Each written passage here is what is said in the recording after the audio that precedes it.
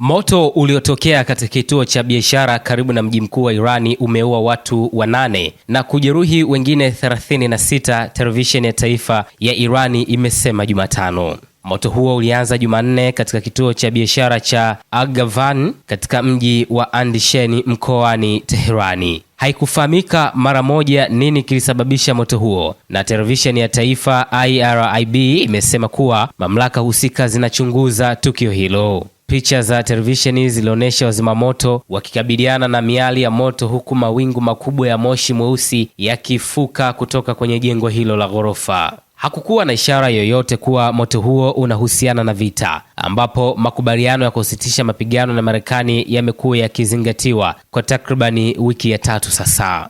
Awali baadhi ya watu walinasibisha tukio hilo na mashambulizi ya Marekani na Israeli kwenda Irani, lakini taarifa hii inathibitisha kwamba moto huo umezuka kama mioto mingine ambayo hutokea katika maeneo mbalimbali kuashiria ajali. Hata hivyo, habari mpasuko mapema asubuhi ya leo kutoka nchini Marekani ni Rais wa Marekani Donald Trump kusema Marekani itasitisha kwa muda operesheni ya kusindikiza meli kupitia mlango bahari wa Hormuz.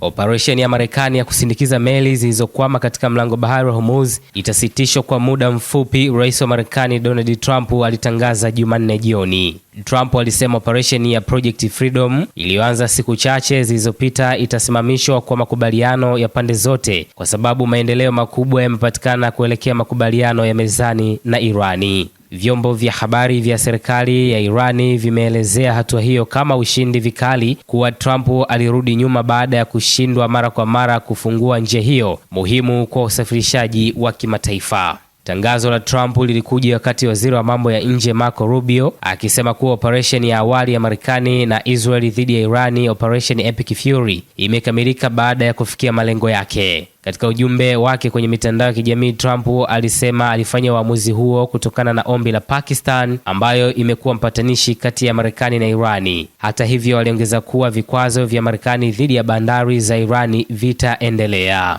Tangazo hilo linaweza kuwashangaza baadhi ya watu, kwani linapingana na kauli za awali za viongozi wa Marekani akiwemo Rubio, waziri wa ulinzi Pete Hegseth na mwenyekiti wa wakuu wa majeshi Dan Kane, ambao walisisitiza kuwa operesheni hiyo ingeendelea kuhakikisha uhuru wa usafirishaji katika eneo hilo unapatikana. Rubio alisema, "Tunapendelea njia ya amani. Kile ambacho rais angependelea ni kufikia makubaliano. Kwa sasa hatua inayofuata haijulikani wazi." Serikali ya Marekani ilikuwa imesisitiza kuwa Project Freedom ni kampeni tofauti na vikwazo vya kiuchumi ambavyo vina lengo la kuishinikiza Irani.